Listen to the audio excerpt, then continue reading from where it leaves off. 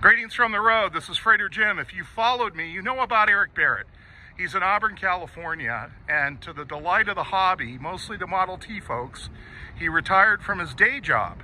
And I believe that was last year, and he's doing Model T repair and other vehicle repair, including pouring Barrett bearings. He's in Auburn, California. And for those of you that don't know, Auburn is probably about 30 miles east of Sacramento along I-80. Erik's a great guy. He's a great asset to the hobby. He's been doing this most of his life, and he's going to tell you what he did with this car. I'm picking up this car. It's going to Topanga, California. Erik got this car in about 4 months ago, and then the guy wanted to push to get it done. So Erik, what have you done to this Model T? What are we looking at, first of all? Well, the idea was to make it into a more driver tour friendly car. Okay, so what's the year of this? This is a 1914. A 1914 car. Okay, so this is a brass car. All right. Brass. It originally would have been black, but it was been painted white. And the gentleman that owns it now wants to be able to get in it, drive it comfortably and reliably. And he also didn't want to have to crank it, so I did a starter retrofit on this car. And what was involved in that? You were telling me it's rather elaborate to put a starter in these cars. It's a big job. You have to remove the engine. And on this car, to do that, you have to remove the windshield, and the firewall, and everything forward of the front doors. Wow. Then the transmission has to be removed from the engine, which means the engine has to be partially disassembled. Wow. You have to remove the transmission in order to rebuild the transmission with a flywheel that has a ring gear for the starter. Once that's done, then you can put on a later model transmission cover that has a place to bolt on the starter. Then when that's done, you have to get a battery box and install a battery, so you've got a battery to crank the engine. So that means that you have to run all kinds of wires and cables and have a switch or a solenoid. And then the gentleman wanted a Ruxel 2-speed rear end.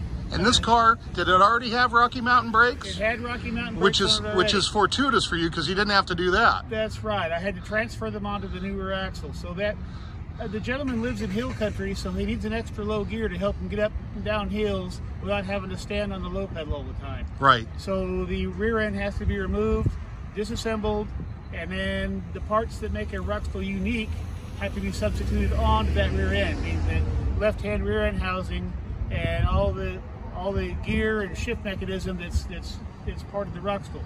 And then you have to also put a shifter in the car so that it can be shifted. And then the gentleman wanted electric lights. So we've got halogen bulbs and these acetylene gas lamps so that he could be seen and see at night. So this car was in Reno, and it stopped by my place on the way home to get a major retrofit. It's a very involved job. It takes a lot of time. And this car came to Erik through Nevada Bob Middleton. And Bob has just selling a lot of cars lately. If you run across something that he's got for sale, this is a plug for Bob, you can trust what he's selling. He sells good stuff. He does. So, and he's a good mechanic. He knows how to go through a car, make it safe. And I'm really disappointed this car is going away because I just finished it yesterday, and I've only been able to drive it like 10 miles, and I'm going to miss it because it's a nice driving car. Somebody's really going to enjoy this. Okay, so now I had talked to Erik about this before. He's busy, but you never know. He might have an opening to do something for you. Now, let me tell you what his skill set includes, because there's not too many people in the United States that can do this. For those of you who have followed me, you might know about Alexander, the 1904, 1905 Ford Model B, the only surviving example that's largely original that rolled out of Paquette back in 1904. It was sold in 1904. Erik's going to tell you what he did on that car, which was rather extensive and rather complicated. So what did you do on that B that got it running, Erik? The car has a planetary transmission, but rather unlike the Model T, it's not enclosed and not running in oil. It's outside running dry and has to be lubricated by hand.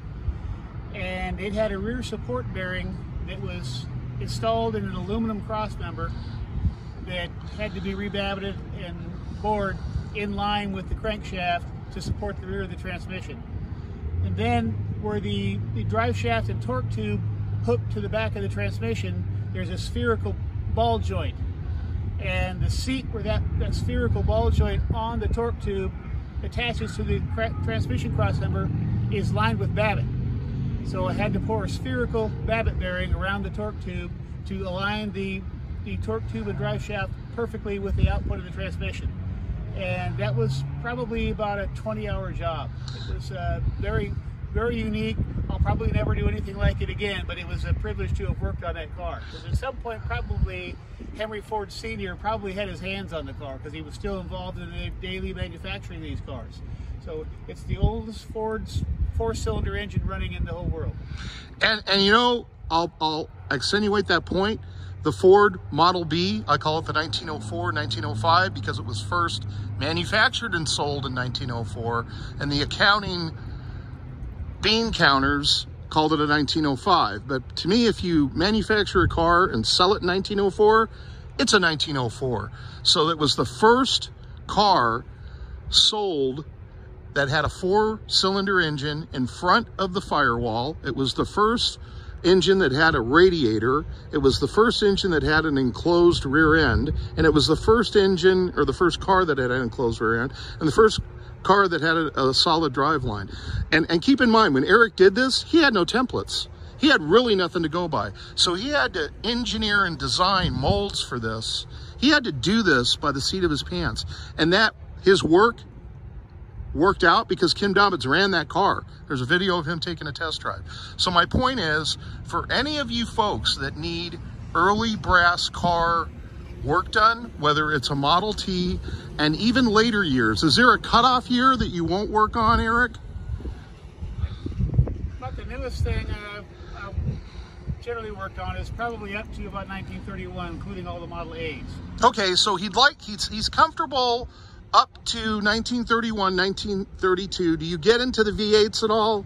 Yes, I have 2 32 flathead blocks in the shop right now for new main bearings. Okay, so he'll work on that. So what would you say that you're pre-World War II, you're comfortable with that? Absolutely. Okay, so basically he's pre-World War II, folks, all the way up to the turn of the century.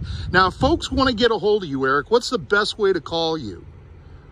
Best way to get a hold of me is on my cell phone. Okay. And that's 530-863-7579. Now, do you take text messages to that? Yes, I do. I can get texts and pictures and all of that. So let's say that number one more time real slowly in case folks have a pencil and they want to write it down. Area code 530 863 7579. 7579. And for what it's worth, I've known Erik 7-8 years.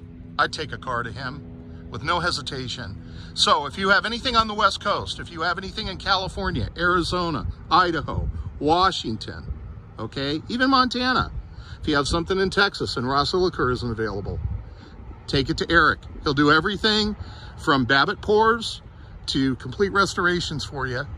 And this is Freighter Jim. I'm going to say goodbye. We're going to load this up. I'll be on my way. Everybody, have a safe weekend. Drive safe, arrive alive.